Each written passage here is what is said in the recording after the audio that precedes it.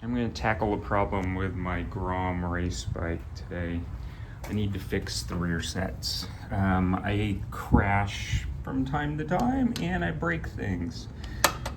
The current rear sets have a single bolt that sticks through the back of the mount, and then you seat the foot peg and the gear shifter off that. The problem is the gear shifter and the peg are on the same bolt. Foot peg uses a single bolt, and it goes between the gear shifter is between it and the footrest, the rear set bracket. What I want to do is get the pedal out from between the peg and the bracket and just put the peg solidly on the rear set to give it more strength and rigidity, because right now all that's holding it is a bolt. So the stiffness of the peg is based on the bolt. The bolt is essentially going through the shifter, and then this bolts onto the bolt. And if you tighten the bolt too much, you bind up the gear shifter, and you also have to put spacer washers between the foot peg and the bearing. This just doesn't work well, especially since the washers are only like 1 millimeter thick to tighten the peg up against, and then the pegs tend to loosen and rotate. It's just crap. So what I want to do is put the pegs directly on the bracket and have the shifter bolted right below it. The only problem is those two holes are too close together. There's not enough room for the peg and this large bearing diameter here. It's not enough room. I need brackets that come down lower so I can drill a hole for the gear shifter below it. So that's what I need to do today, is I need to make a completely new bracket. Okay, I have a strategy for doing that. I am going to use an aluminum plate that I had in my garage. Okay, here it is. It is about 1/4 inch thick roughly. So I am just going to cut out new rear sets, and I will make them have a little bit more down here at the bottom so I can put that bolt for the gear shifter and have 2 bolts there. In order to do this, I am going to take some spray paint, shake it up, and spray it. That's how I'm going to make a rear set. Okay. Details on how I've done that is I took my rear set bracket off. I placed it on my aluminum plate where I needed to cut out. And here I've left extra material so I can put another bolt hole here for the gear shifter or the brake pedal. Remember, I have to do both sides, same problem. So I laid it on the aluminum. I took my rattle can paint and I just quickly sprayed everything. That gives me a pattern for my rear set, but it also leaves enough material so when I cut it here, I have extra material at the bottom that I didn't have before, and that will let me put my extra bolt hole to hold the gear shifter or brake pedal. So I've done that on both sides of my aluminum plate here. Again, this one, same thing. I left extra material down here for a bolt hole for the brake pedal, and I'll have both rear sets. I'm going to use a hole saw to cut out this arc. And then I'm going to take a jigsaw, yes, a jigsaw, and cut it out, because I'm not a machine shop. I am just a poor sucker that just needs a race bike that works. Much pressure to stop the drill press.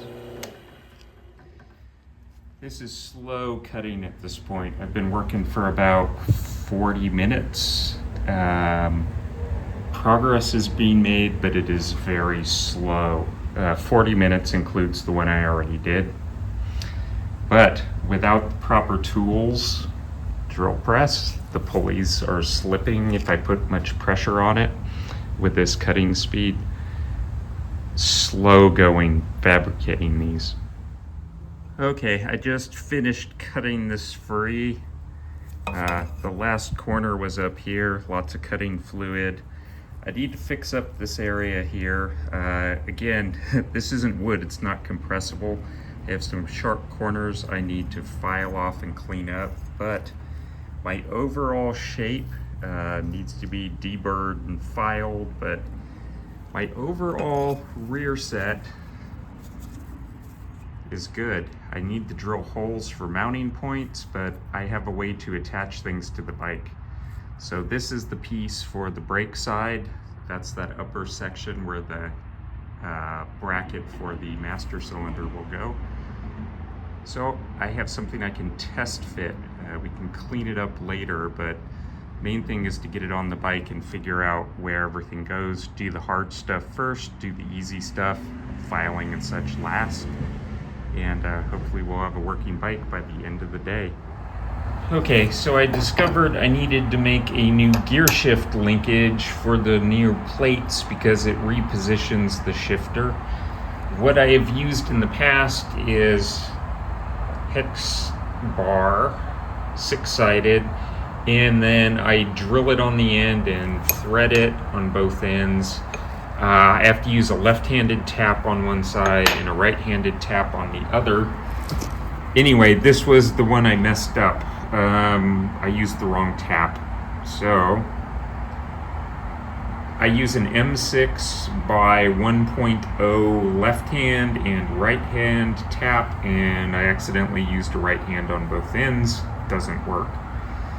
So I made another one, and I'm moving on to the second stage after I drill it in the vise there.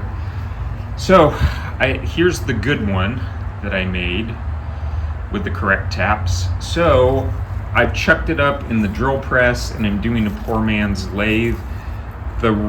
What I'm doing here is I spin it and then take a file and I work it down to where it's round. Okay, so the reason I do that is it's hex shaped and it hits the frame on the bike and binds. It doesn't slide easily. So I need to make it a smaller diameter so that it clears the other components on the bike and the shifter will move. So has the hex on the end, which is tapped out, but I don't have a lathe. So this is not a great way, but it's the only way I have. And that's to put the hex in the chuck, turn it on, and then literally just take and work a file up and down, and you can see at this point it is relatively round. Still a hex on the end because I started here and I'm just slowly up and down working it.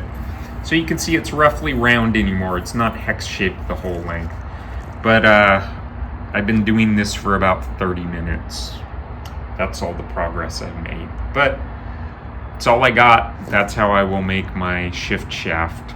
Okay, this is as close to a finishing touch as I can get. 800 grit sandpaper.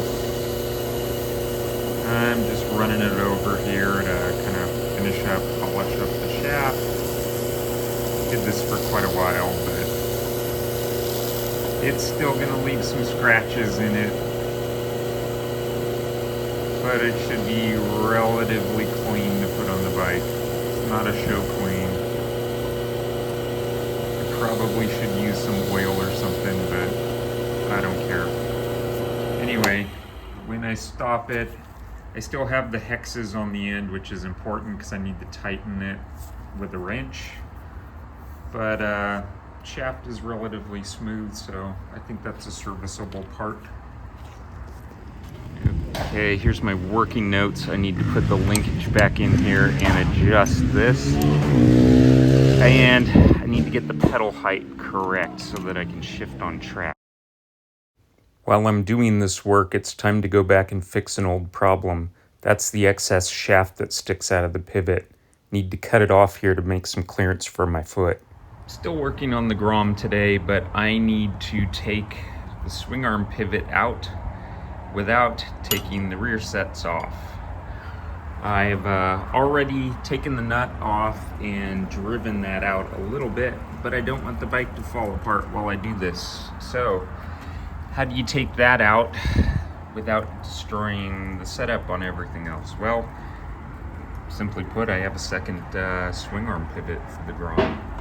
I am literally going to drive it in from this side with a hammer and put the new one in while I take the old one out. That's the only way to do this since they decided to design the Grom with the foot peg rest, the rear sets, set up this way. So if you have to take one off on one side, you have to be able to take everything apart. So here I have started, driven it out a bit. You'll see on the opposite side, the old one's coming out while the new one's coming in. It doesn't matter which side you install this from, it doesn't matter. Here's another view from behind the bike. As I drive it in from one side, it's driven out on the opposite side. Okay, I've finished with the tap, tap, tap in about 30 seconds, and what happened was the swing arm pivot from the other side is now released. Now that I have my axle out, I need to, or my swing arm pivot, I need to cut off the excess threads. They stick out and interfere with my foot. So I put the nut on and take a Dremel and cut it off. I am going to use an abrasive wheel to do that. This is going to be ugly. Titanium is really, really difficult to cut at all. It's amazingly difficult.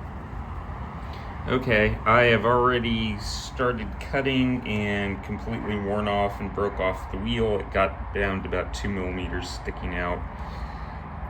You could barely see I've made any progress on this. Anyway, 1 wheel down, 20 to go. I'm actually pretty pleased. I'm on wheel number 4, worn down, but most of the way through.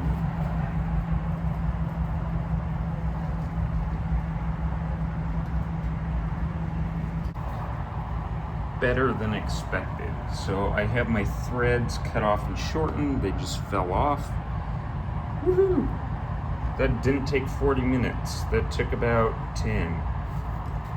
I still have a little bit of the 5th wheel left. Okay, now that the pivot bolt is in, I'm just gonna put a little anti-seize on the threads. But I am doing this because this is a titanium bolt.